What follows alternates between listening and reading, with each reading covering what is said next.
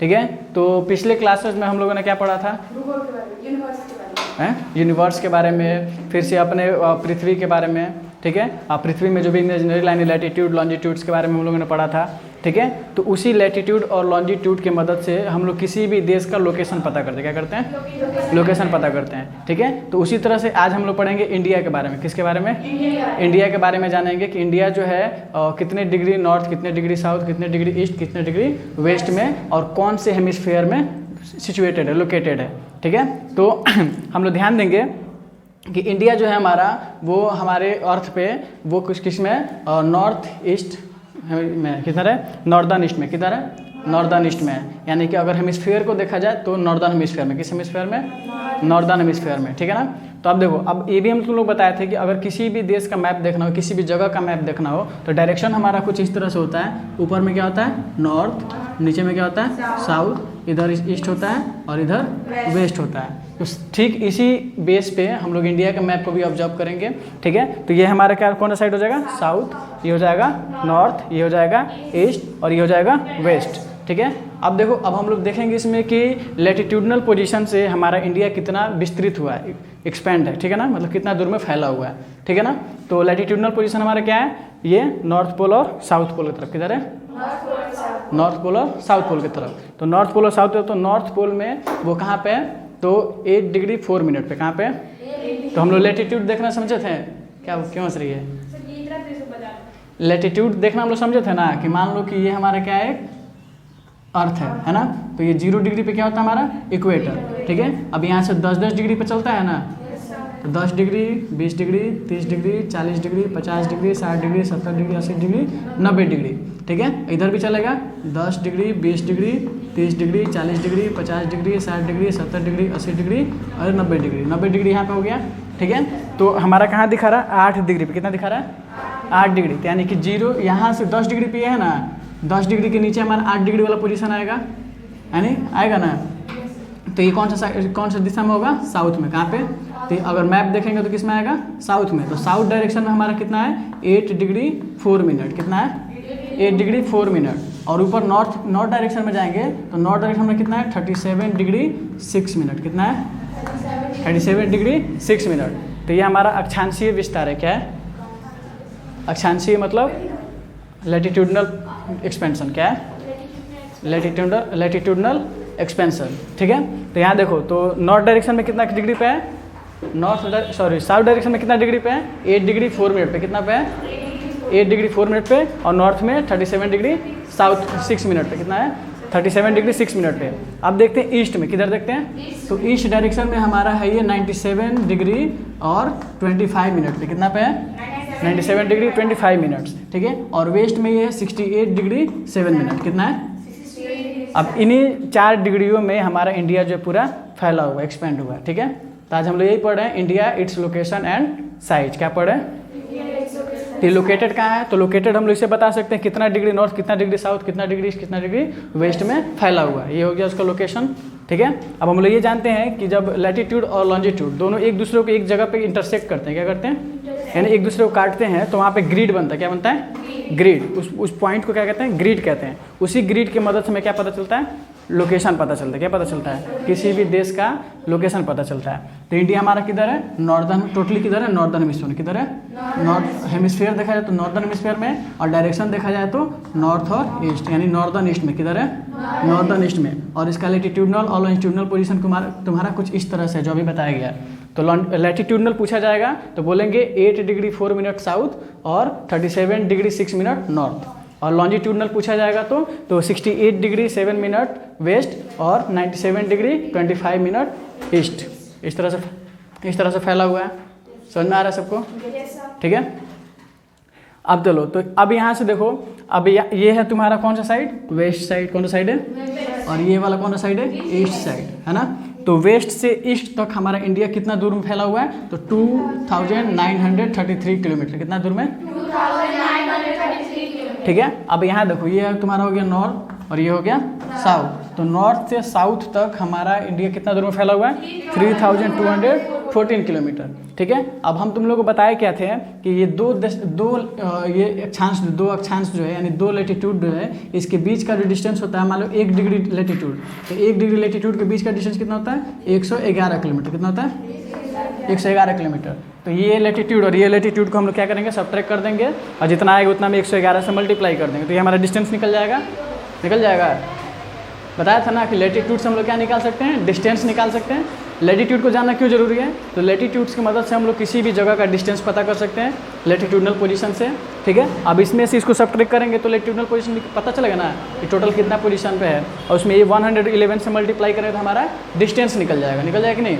अब ये हो सकता है कि डिस्टेंस कैसे निकाल सकते हैं, तो लेटीट्यूडनल पोजीशन से निकाल सकते हैं। इन दोनों का डिफरेंस निकालेंगे और 111 से मल्टीप्लाई करेंगे तो हमारा डिस्टेंस निकल जाएगा। अब उसी तरह यहाँ से देखो ये लॉन्जिट्यूडनल पोजीशन है, तो 1 डिग्री लॉन्जिट्यूड के बीच में डिफरेंस होता है 111 पॉइंट कुछ किलोमीटर का, 111.5 किलोमीटर कितना का, तो इसका डिफरेंस निकालेंगे और 111.5 से मल्टीप्लाई करेंगे तो इसका डिस्टेंस निकल जाएगा। ठीक है, तो लेकिन हो सकता है कि कहीं ज़्यादा आ जाए, क्या हो जाए ज़्यादा आ जाए वैल्यू, तो तुम लोग सोचोगे कि ये कम क्यों है, ये ज़्यादा हमारा जो वैल्यू ज़्यादा आ रहा है, तो वो इसलिए क्योंकि बहुत जगह पे मतलब किसी न किसी कारण से ज़मीन जो है घटता बढ़ता रहता है। क्या रहता है, मतलब कोई किसी और हिस्से में चला गया तो उसका जो डिस्टेंस घट जाएगा ना, है इस तरह से। ठीक है, लेकिन आसानी से हम लोग इससे क्या निकाल सकते हैं, डिस्टेंस निकाल सकते हैं, ये वाला जो दिया गया है। ठीक है, अब देखो अब यहाँ हम लोग देख रहे हैं कि ऊपर जब हम लोग जाते हैं 23.5 डिग्री पे, कहाँ जाते हैं 23.5 डिग्री पे, तो ट्रॉपिक ऑफ कैंसर आता है। क्या आता है, ट्रॉपिक ऑफ कैंसर आता है। तो इंडिया जो हमारा 37 डिग्री और 8 डिग्री में है, तो बीच में 23.5 डिग्री भी आएगा, यहाँ पे 10-20 के आगे में 23.5 डिग्री आएगा। तो हम लोग देखेंगे कि इंडिया के राज्यों से क्या गुजर रहा है, ट्रॉपिक ऑफ कैंसर गुजर रहा है। क्या गुजर रहा है, तो देखो यहाँ से देख रहे हो ये क्या है, हमारा ट्रॉपिक ऑफ कैंसर है। कितना डिग्री पे, 23.5 डिग्री पे। क्यों आ रहा है, क्योंकि ये ट्रॉपिक ऑफ कैंसर वाला पार्ट में क्या है, ये लोकेटेड है, तो ट्रॉपिक ऑफ कैंसर इससे होकर भी गुजरेगा। तो इंडिया के 8 राज्यों से होकर के ट्रॉपिक ऑफ कैंसर क्रॉस करता है, पास होता है। क्या होता है, इंडिया कितने राज्यों से पास होता है ट्रॉपिक ऑफ कैंसर, 8 राज्यों से, 8 स्टेट से। ठीक है, वो 8 स्टेट कौन कौन से हैं, तो इधर से चलते आएंगे तो क्या आएगा, गुजरात, ठीक है, राजस्थान, मध्य प्रदेश, छत्तीसगढ़, पश्चिम बंगाल, झारखंड, मिजोरम, त्रिपुरा। ठीक है, ये सारे 8 राज्य आएंगे। और कुछ जो हिस्सा होता है ये हमारा, ये इधर कौन सा है, बांग्लादेश। क्या है, जो हमारे पड़ोसी देश है। क्या है, देखो वो दिमाग लगाइए, उसमें समझा रहे इधर, समझ रही है उधर, तो कैसे समझ में आएगा, बाद में बोले ये क्लास में क्या वो पता नहीं चला है। तो ट्रॉपिक ऑफ कैंसर कितने राज्यों को गुजरती है, 8 राज्यों से, और एक हमारे पड़ोसी देश बांग्लादेश से, किससे होकर गुजरता है, तो ठीक है, वो गुजरता है, तो ठीक है, तो बांग्लादेश का हिस्सा कुछ इधर भी आता है, इधर से गुजरता है। अभी टाइम हुआ है तुम्हारा, रुको हिलाना मत, उधर मत जा, हैं उसे क्या करना है, तुम बैठो ना, पढ़ना है तो पढ़ो, नहीं तो जाओ। ठीक है तो ये हो गया तुम्हारा ट्रॉपिक ऑफ कैंसर कितने राज्य से गुजर रहा है, 8 राज्यों से, और पड़ोसी देश बांग्लादेश से गुजर रहा है ना। ठीक है, यहाँ तक समझ में आया सबको, है ठीक है। अब हमारा ये जो इंडिया है, इंडिया का सीमा जो है कुछ हमारे पड़ोसी देशों से मिलता है, किससे मिलता है, ठीक है। तो हमारे पड़ोसी देश कौन कौन से हैं, देखो पाकिस्तान, ये अफगानिस्तान, ठीक है, इधर क्या है, इधर तुम्हारा है चीन, नेपाल, भूटान, म्यांमार, बांग्लादेश, ठीक है ना, ये सब क्या हमारे पड़ोसी देश है। तो पड़ोसी देशों से हमारे देश का सीमा मिला हुआ है, क्या है, मिला हुआ है। तो कौन कितना किलोमीटर तक मिला हुआ है ये जानते हैं, ठीक है ना। तो यहाँ देखो सबसे पहले क्या है, पाकिस्तान, क्या है, पड़ोसी देश पाकिस्तान है। तो भारत से पाकिस्तान का सीमा लगभग कितना है, 3323 किलोमीटर, कितना है, यानी भारत और पाकिस्तान का सीमा कितना दूर से अटैच है, लिंक है, 3323 किलोमीटर तक पाकिस्तान की सीमा से सटा हुआ है भारत, ठीक है। अब इधर देखते हैं अफगानिस्तान का, किसका देखते हैं, तो भारत और अफगानिस्तान का सीमा कितना दूर में है, 106 किलोमीटर, कितना है, 106 किलोमीटर तक सटा हुआ है। अब इधर आते हैं भारत और चीन का, तो भारत और चीन में देखते हैं 3488 किलोमीटर, यानी 3488 किलोमीटर सीमा सटा हुआ है, किससे, चीन से, किसका सीमा, भारत का सीमा, ठीक है। फिर देखते हैं नेपाल का, किसका, नेपाल का, तो नेपाल का तुम्हारा 1752 किलोमीटर, कितना है, तो इतना सीमा जो है नेपाल का सटा हुआ किससे, भारत से, ठीक है। अब आगे चलते हैं भूटान का, ठीक है। तो भूटान का सीमा जो है 699 किलोमीटर सटा हुआ है, किससे? इंडिया से, ठीक है। अब इधर आते हैं हम लोग, तो इधर आएगा म्यांमार, कौन सा देश है? तो भारत म्यांमार का सीमा कितना दूर शेयर करता है, बाउंड्री शेयर कितना है? तो 1643 यानी 1643 किलोमीटर तक अपना बाउंड्री शेयर करता है, ठीक है। बांग्लादेश जो है 4096 किलोमीटर बाउंड्री शेयर करता है, किससे? इंडिया से। तो सबसे बड़ा इंटरनेशनल बाउंड्री कौन है? बांग्लादेश, सबसे ज़्यादा ही ना है, सबसे ज़्यादा इसी का है। नेक्स्ट किसका है? चीन का। उसके बाद किसका है? पाकिस्तान का। उसके बाद किसका है? म्यांमार का नहीं है, नेपाल का है। नेपाल के बाद म्यांमार का है, म्यांमार के बाद भूटान का है, भूटान के बाद अफगानिस्तान का है। ये सब क्या है? मतलब अलग अलग हमारा इंडिया जो है अपने बाउंड्री को शेयर कर अपने पड़ोसी देश से, ठीक है। मतलब इतने सीमा में फैला हुआ है, ठीक है। समझ में आ रहा है सबको? ठीक है। अभी डेटा तुम लोग बाद में नोट कर लेना और याद करके आना, ठीक है, अगले संडे को। अब आगे हम लोग पढ़ते हैं। तो ये जो दिख रहा है नॉर्दर्न मोस्ट पॉइंट है, कौन सा पॉइंट है? तो नॉर्दर्न मोस्ट पॉइंट कहाँ पड़ेगा हमारा? लद्दाख में। कहाँ पड़ेगा? जो कि लद्दाख अब हमारा यूनियन टेरिटरी है। क्या है? यूनियन टेरिटरी है। यूनियन टेरिटरी का मतलब क्या होता है? जहाँ पे सेंट्रल गवर्नमेंट का डायरेक्ट कंट्रोल रहता है। क्या रहता है? वहाँ पे किसी भी तरह का मैटर होगा तो कौन मैनेज करेगा? Central government. वहाँ पे कोई स्टेट गवर्नमेंट नहीं होता है, लोकल पार्टी नहीं होता है, ठीक है। तो लद्दाख में हमारा कौन सा पॉइंट है? इंदिरा कॉल। कौन सा है? इंदिरा कॉल, ठीक है। यानी कि southern most point, northern most कौन सा ये? नॉर्दर्न मोस्ट पॉइंट क्या होगा? इंदिरा कॉल। और साउदर्न मोस्ट पॉइंट क्या होगा? कन्याकुमारी। कौन है? जो कि हमारा कहाँ है? तमिलनाडु में। कहाँ पे? तमिलनाडु में है। जगह का नाम है केप कमोरिन। क्या नाम है? केप कमोरिन। तो साउदर्न मोस्ट पॉइंट कौन सा है? कन्याकुमारी। कौन सा है? और यहाँ देखो ईस्टर्न मोस्ट क्या होगा? यानी पूर्वोत्तर। क्या होगा? पूर्वोत्तर बिंदु कौन सा है? किबिथु। कौन सा बिंदु है? किबिथु, जो कि अरुणाचल प्रदेश में। कहाँ पे? ठीक है। और इधर आते हैं गुजरात की तरफ, तो है गौरमोता। क्या है? गौरमोता हमारा कौन है? वेस्टर्न मोस्ट पॉइंट है, ठीक है ना। मतलब सबसे आखिरी बिंदु है हमारे इंडिया का विस्तार का। वेस्ट में कहाँ पे? गौरमाता तक। ईस्ट में कहाँ पे है? किबिथु तक, ठीक है, अरुणाचल प्रदेश में, ठीक है। और यहाँ पे साउथ में कहाँ है? कन्याकुमारी तक, ठीक है। और नॉर्थ में कहाँ पे है? लद्दाख तक। Indira call point. क्या नाम रखा गया? इंदिरा कॉल रखा गया। समझ में आ रहा है सबको? हाँ, ठीक है। अब यहाँ पे देखो, अब हम लोग जानते हैं कि हमारे इंडिया का, ठीक है ना, हमारे इंडिया का तटीय रेखा कितना है? तटीय रेखा जानते हो क्या होता है? Coastal line. क्या बोलते हैं उसको? Coastal line. मतलब कि कुछ यहाँ इधर देख रहे हम लोग क्या है? बंगाल की खाड़ी है, इधर क्या है? अरब सागर है, यानी दोनों क्या है? समुद्र है। क्या है? दोनों समुद्र है। तो हमारे इंडिया का कुछ हिस्सा जो है कुछ सीमा जो है समुद्र से भी लगा हुआ है। किससे लगा हुआ है? समुद्र से भी सटा हुआ है। तो समुद्र से कौन कौन राज्य सटा हुआ है? देखो, तो यहाँ देखो कौन कौन सटा हुआ है? अंडमान, गुजरात, आंध्र प्रदेश, तमिलनाडु, महाराष्ट्र, केरल, उड़ीसा, कर्नाटक, पश्चिम बंगाल, लक्षद्वीप, गोवा, पुदुचेरी, दमन। इसमें से अगर सिर्फ स्टेट का बात किया जाए तो टोटल 9 स्टेट जो है वो हमारे किससे सटे हुए हैं? समुद्रों से, यानी कोस्टल लाइन में। किसमें? 9 राज्य, ठीक है। बाकी जो दिख रहा है 4 वो क्या है? Union territory. क्या है? ये चारों क्या है? यूनियन टेरिटरी है। 4 यूनियन टेरिटरी और 9 स्टेट जो है हमारे समुद्री तट से सटे हुए हैं। किससे सटे हुए हैं? समुद्री तट से। अब कितना कितना बाउंड्री शेयर करते हैं? तो सबसे ज़्यादा बाउंड्री शेयर करता है अंडमान एंड निकोबार। क्या है? तो अंडमान एंड निकोबार क्या है? एक आइलैंड, ग्रुप ऑफ आइलैंड है। क्या है? ग्रुप ऑफ आइलैंड है, जो कि हमारा बंगाल के खाड़ी में। कहाँ पे? बंगाल की खाड़ी में सबसे ज़्यादा ये तट रेखा को कवर करता है। कौन? अंडमान एंड निकोबार। कितना? 1962, यानी कि 1962 किलोमीटर, ठीक है। कितना शेयर करता है? 1962 किलोमीटर डायरेक्टली बोल सकते हैं, ठीक है। अब उसके बाद आता है तुम्हारा गुजरात। क्या आता है? तो गुजरात कितना समुद्र से अपने सीमा को शेयर करता है? 1214 किलोमीटर, यानी 1214 किलोमीटर, ठीक है। तो अगर राज्यों की बात करें तो राज्यों में सबसे लंबी तट रेखा किस राज्य की है?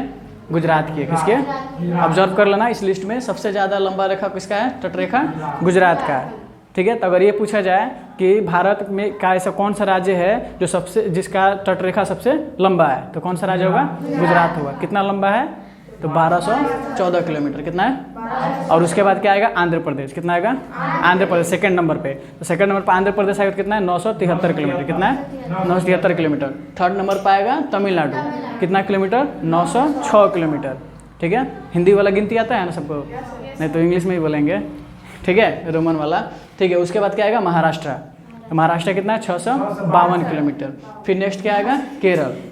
केरल कितना है 569 किलोमीटर, उड़ीसा कितना है 476.4 किलोमीटर, ठीक है। कर्नाटक कितना है 280 किलोमीटर, पश्चिम बंगाल 157 किलोमीटर, और लक्षद्वीप कितना है 132 किलोमीटर, फिर ये गोवा कितना 101 किलोमीटर, फिर क्या आएगा पुडुचेरी 47.6 किलोमीटर, फिर क्या आएगा दमन एंड दीव 42.5 किलोमीटर। तो ये सब का क्या है लेंथ है जो कि किससे सटा हुआ समुद्रों से, ठीक है ना। तो सबसे अगर स्टेट का पूछा जाएगा तो ये सबसे लंबा है, और आइलैंड ग्रुप का पूछा जाएगा तो अंडमान का सबसे लंबा है, और अंडमान और निकोबार आइलैंड ग्रुप आता कहाँ है बंगाल की खाड़ी में, ठीक है, ठीक है ना। और उसके नीचे हमारे भारत में सबसे दक्षिणतम पॉइंट, मतलब जहाँ तक भारत का क्या है क्या बोलते हैं अधिकार है भारत के कंट्रोल में, वो दक्षिणतम पॉइंट होता है हमारा इंदिरा पॉइंट। कौन सा होता है? ठीक है, जो अंडमान एंड निकोबार के साउथ में कहाँ है। हाँ क्लियर, यहाँ तक समझ में आया, ठीक है। तो अब हम कुछ चीज़ें जानते हैं कि हम लोग टाइम के बारे में पढ़े थे पिछले समय में, लॉन्जिट्यूडनल पोजीशन से हम लोग टाइम निकालते हैं। तो टाइम निकालते हैं तो 1 डिग्री लॉन्जिट्यूड के बीच में कितने टाइम का डिफरेंस होता है 4 मिनट का, कितना का 4 मिनट्स का डिफरेंस होता है ना, ठीक है। कितना मिनट का 4 मिनट का। अब यहाँ से हमारे इंडिया का भी एक मानक समय लिया था, क्या लिया था, जैसे हम लोग पूरे वर्ल्ड का लिए थे ग्रीनविच मीन टाइम लिया था ना, तो ग्रीनविच मीन टाइम कहाँ होता है 0 डिग्री लॉन्जिट्यूड पे, कहाँ होता है 0 डिग्री लॉन्जिट्यूड यानी प्राइम मेरिडियन पे, कहाँ पे प्राइम मेरिडियन पे। अब वहाँ से लेकर के भारत के प्राइम मेरिडियन, मतलब भारत में भी एक ऐसे लॉन्जिट्यूड हम लोग डालेंगे जो प्राइम मेरिडियन मानेगा, क्या मानेगा, जो इंडिया का स्टैंडर्ड टाइम हो, क्या होगा IST इंडियन स्टैंडर्ड टाइम। तो वो होता है तुम्हारा 82.5 डिग्री यानी कि 82.5 डिग्री पे, कितना होता है 82.5 डिग्री पे, ठीक है। अब 0 डिग्री लॉन्जिट्यूड से 82.5 डिग्री लॉन्जिट्यूड का उसका डिस्टेंस निकालेंगे ना, तो हमारा टोटल टाइम आएगा 5 घंटा 30 मिनट, कितना आएगा, ठीक है। कैसे आएगा, क्योंकि हम लोग क्या देखें तो जब 1 डिग्री लॉन्जिट्यूड का 4 मिनट डिस्टेंस है, कितना है 4 मिनट का समय लग रहा है, ठीक है, 4 मिनट का डिफरेंस है, तो 15 डिग्री पे कितना हो जाएगा 1 घंटे का, 15 डिग्री पे कितना का हो जाएगा 1 घंटे का, तो टोटल कितना 82 है ना। तो 82 को अगर हम लोग 15 से डिवाइड करें, कितना डिवाइड कर दें तो कितना हो जाएगा 15 5 जो 75, यहाँ कितना बचेगा 7, कितना बचेगा 7, और ये आता तो 7.5 बचेगा 7.5। तो 15 डिग्री लॉन्जिट्यूड का कितना होता है 1 घंटा, कितना होता है, तो 15 डिग्री का आधा कितना होता है 7.5 होता है, तो 7.5 का आधा घंटा मानेंगे 30 मिनट मानेंगे ना, और इधर 5 घंटा टोटल आया है, यानी कि ग्रीनविच से, यानी कि जो 0 डिग्री प्राइम मेरिडियन है 0 डिग्री लॉन्जिट्यूड है, वहाँ से हमारे इंडिया का जो टाइम डिफरेंस होता है कितना होता है 5.5 घंटे का, कितना होता है 5 घंटा 30 मिनट का। अब मानेंगे कहाँ से, तो 0 डिग्री लॉन्जिट्यूड से लेकर के 82.5 डिग्री लॉन्जिट्यूड तक का टाइम मेजर करेंगे, तब ये डिफरेंस आएगा, ठीक है। लेकिन अगर यहाँ तक का करेंगे तो 4.5 घंटा है, कितना आएगा 4.5 घंटा ही आएगा, समझ में आ रहा है हाँ। तो 5.5 घंटा हम लोग देख रहा था ना कि इंडिया जो है ग्रीनविच के टाइम से कितना घंटा आगे रहता है 5.5 घंटे, कितना आगे रहता है हाँ। तो यहाँ पे कैलकुलेट करेंगे 82.5 डिग्री पे, तब वो 5.5 घंटा आएगा, ठीक है। और यहाँ पे करेंगे तो कितना आएगा 4.5 घंटा का ही आएगा, ठीक है। तो हम लोग किसका लेंगे, वहाँ का सेंटर का और यहाँ के सेंटर का, तब आएगा एग्जैक्ट समय, समझ में आ गया, ठीक है। अब चलो कुछ जानकारी लेते हैं कि भारत का नाम भारत किसे पड़ा, जानते हो सब, कैसे पड़ा सर, भारत के नाम पे भारत पड़ा। हाँ वेरी गुड, ठीक है। तो पहले तो क्या था, भारत का नाम आर्यवर्त रखा गया था, क्या रखा गया था आर्यवर्त रखा गया था, ठीक है। फिर बाद में राजा भरत जो थे, राजा भरत के नाम पे भारत का नाम क्या रखा गया भारतवर्ष, जो कि आर्य के राजा थे, आर्य ग्रुप के राजा थे आर्य, ठीक है ना। जो पहले के जो राजा महाराज थे ना, जैसे राम जी, दशरथ जी, जैसे जितना भी लोग था ये कौरव पांडव युधिष्ठिर वगैरह सब लोग क्या थे आर्य थे, क्या थे आर्य, ठीक है। तो इनके तो इसलिए आर्यवर्त नाम था। लेकिन उन्हीं में महाभारत होने से पहले एक राजा थे जो हस्तिनापुर था ना, हस्तिनापुर, तो हस्तिनापुर के राजा हुआ करते थे भरत, कौन राजा हुआ करते थे भरत हुआ करते थे। तो भरत के खानदान में कोई ऐसा योग्य वारिस नहीं था जिसको राजा बना सके, क्या कर सके राजा बना सके, ठीक है। तो उन्होंने क्या किया, अपने मंत्री के बेटे को राजा बना दिया, क्या कर दिया, तो मंत्री के बेटे को राजा बनाया, तो उनका नाम था शांतनु, क्या नाम था शांतनु। तो वो जो राजा भरत थे उनके नाम पे देश का नाम क्या पड़ गया था भारतवर्ष, क्या पड़ गया था, और किसको राजा बना दिया बाद में शांतनु को, ठीक है। अब शांतनु को, अब शांतनु के खानदान से कौन है, भीष्म पितामह का नाम सुना है सब। तो शांतनु जो थे वो शादी कर लिए गंगा जी से, किससे शादी कर लिए गंगा जी से, ठीक है। तो गंगा जी से शादी कर लिए हैं, तो उनके 8 बेटे हुए, कितने बेटे हुए 8 बेटे हुए। तो 8 बेटे, गंगा जी क्या करते थे ना, जब भी उनको पुत्र होता था, बेटा होता था, वो ले जाके नदी में प्रवाहित कर देती थी। ठीक है, उनसे पहले ही प्रॉमिस ले ली थी कि हम जो भी करेंगे आप हमसे क्वेश्चन नहीं करेंगे। ठीक है, क्वेश्चन करेंगे उस दिन से हम आपको छोड़ के चले जाएंगे। ठीक है, तो अब डरे उनसे क्वेश्चन नहीं करते थे कि क्वेश्चन करेंगे ये छोड़ के चली जाएगी। ठीक है, तो इनका जब भी बेटा होता था वो क्या कर नदी में ले जाके प्रवाहित कर देती थी। तो 7 बेटा ऐसे वो क्या कर दी, नदी में ले जाके विसर्जित कर दी। तो 8वां बेटे हुए देवव्रत। कौन हुए? देवव्रत, जिनका नाम आगे चले क्या पड़ा, भीष्म पितामह पड़ा। ठीक है, तो देवव्रत को ले जा रही थी बहाने के लिए। ठीक है, तो ये टोक दिए, इनसे रहा नहीं गया, बोले जाएगी तो जाएगी, चलो पूछ लेते कि ऐसा ये क्यों कर रही है, कि जो भी मेरा वारिस हो रहा है उसको ले जाके नदी में प्रवाहित कर दे रही है। ठीक है, तो जाके पूछ दिए, रोक दिए। तो बोली ठीक है आपने रोक दिया तो अब तो मैं चली जाऊँगी, मैं रहूँगी नहीं, लेकिन आपने इस बेटो, गंगा जी किसकी बेटी मानी जाती हैं? ब्रह्मा जी की। किसकी बेटी मानी जाती हैं? ब्रह्मा जी के। तो एक बार का बात था, शांतनु किसी पिछले जन्म में इंद्र जी के दरबार में गए थे। वहाँ पे कुछ पार्टी चल रहा था, सब लोग पार्टी में था, ये शांतनु का नज़र गंगा जी पे था। ठीक है, उनको देख रहे थे, तो ब्रह्मा जी देख के खिसिया गए कि मेरी बेटी पे नज़र डाल रहा है। ठीक है, और उनको साप दे दिए। ठीक है, अब उसी सांप से मुक्त होने के लिए गंगा जी ऐसा कर रही थी कि उनका जो भी पुत्र हो रहा था वो सांप मुक्त होने के लिए क्या करी, गंगा जी में प्रवाहित कर दे रही थी, वो सांप से छुटकारा पाने के लिए। ठीक है, लेकिन जो देवव्रत थे इनको सांप से छुटकारा नहीं मिला। ठीक है, वो बोली ठीक है हम इसको आपको वापस दे के जाएंगे, लेकिन 18 साल के बाद। कितने साल के बाद? 18 साल के बाद इनको वापस करने आई। ठीक है, तो भारत का नाम पे पड़ा। फिर बाद में महाभारत की कहानी सुनाएंगे तो लंबा चलते चला जाएगा, ख़त्म नहीं होगा।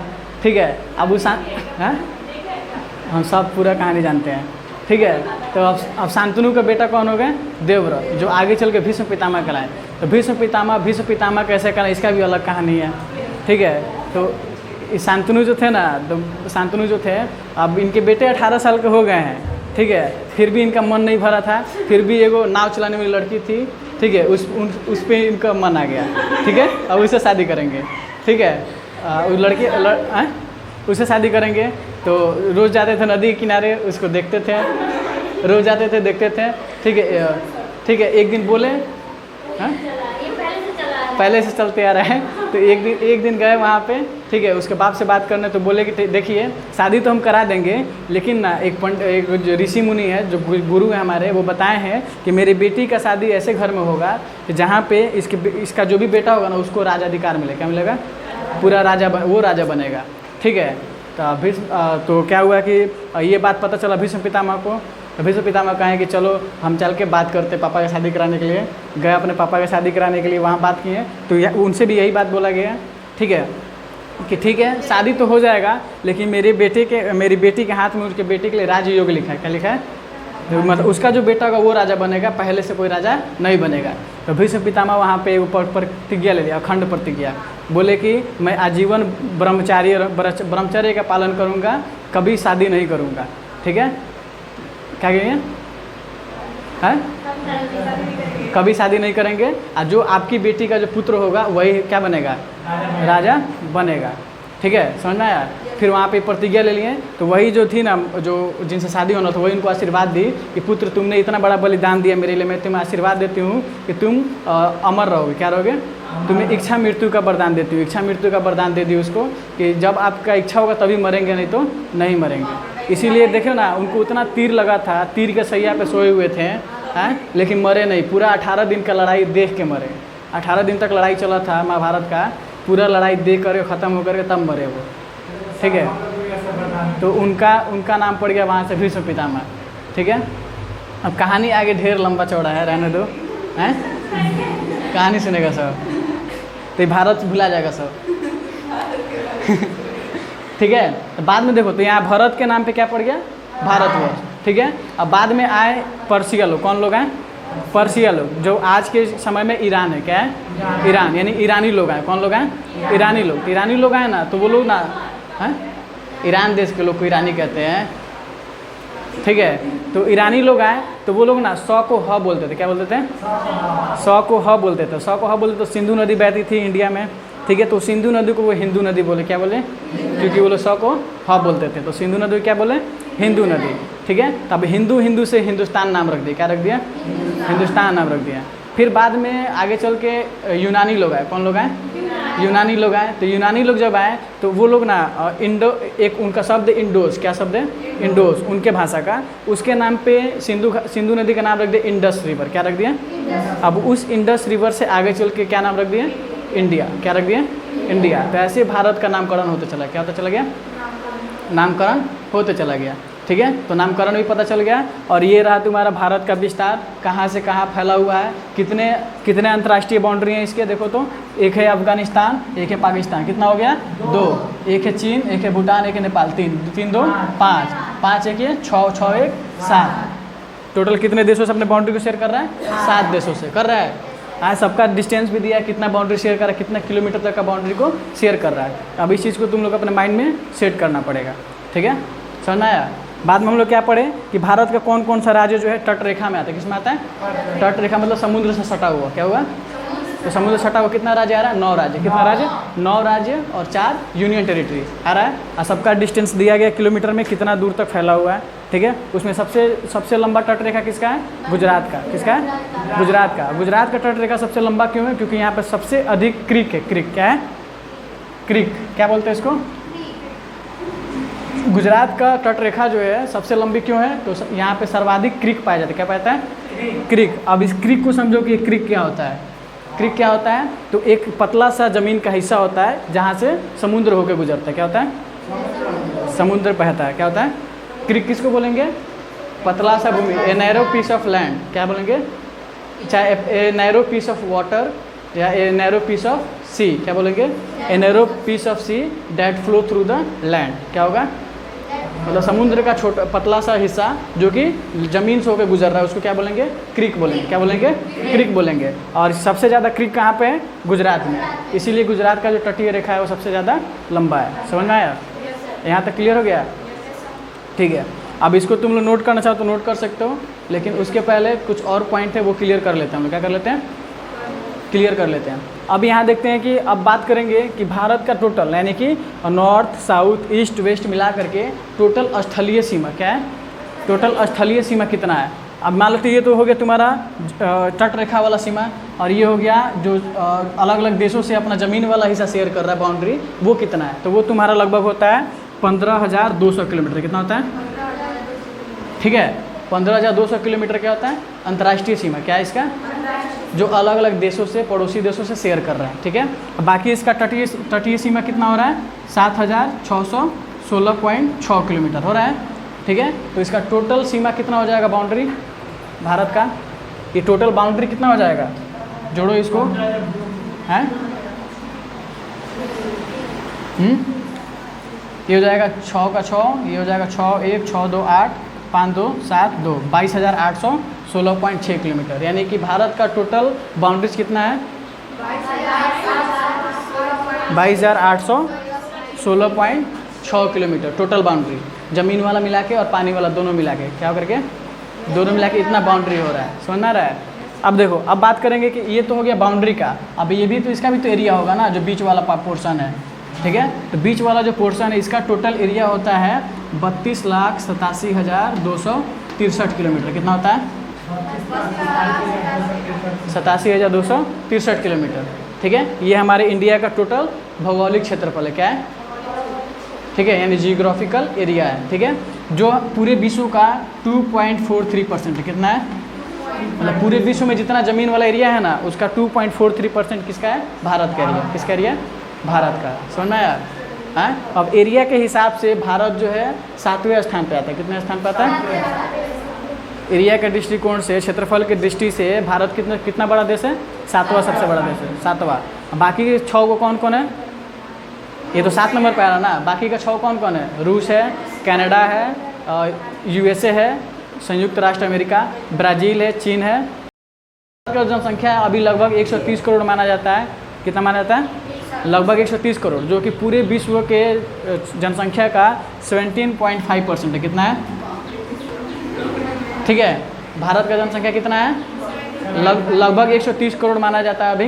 तो पूरे विश्व के जनसंख्या का 17.5% जनसंख्या कहाँ पे है? भारत में। भारत में। ठीक है, और जनसंख्या की दृष्टि से भारत दूसरा सबसे बड़ा देश है। कौन सा? सबसे बड़ा कौन है? चीन। ठीक है, पहला कौन है? चीन। और दूसरा कौन है? भारत। जनसंख्या की दृष्टि से दूसरा सबसे बड़ा देश और एरिया की दृष्टि से सबसे 7वां सबसे बड़ा देश। समझ में आया? हाँ ठीक है, चलो इसको नोट करना है तो नोट कर लो तुम लोग। हैं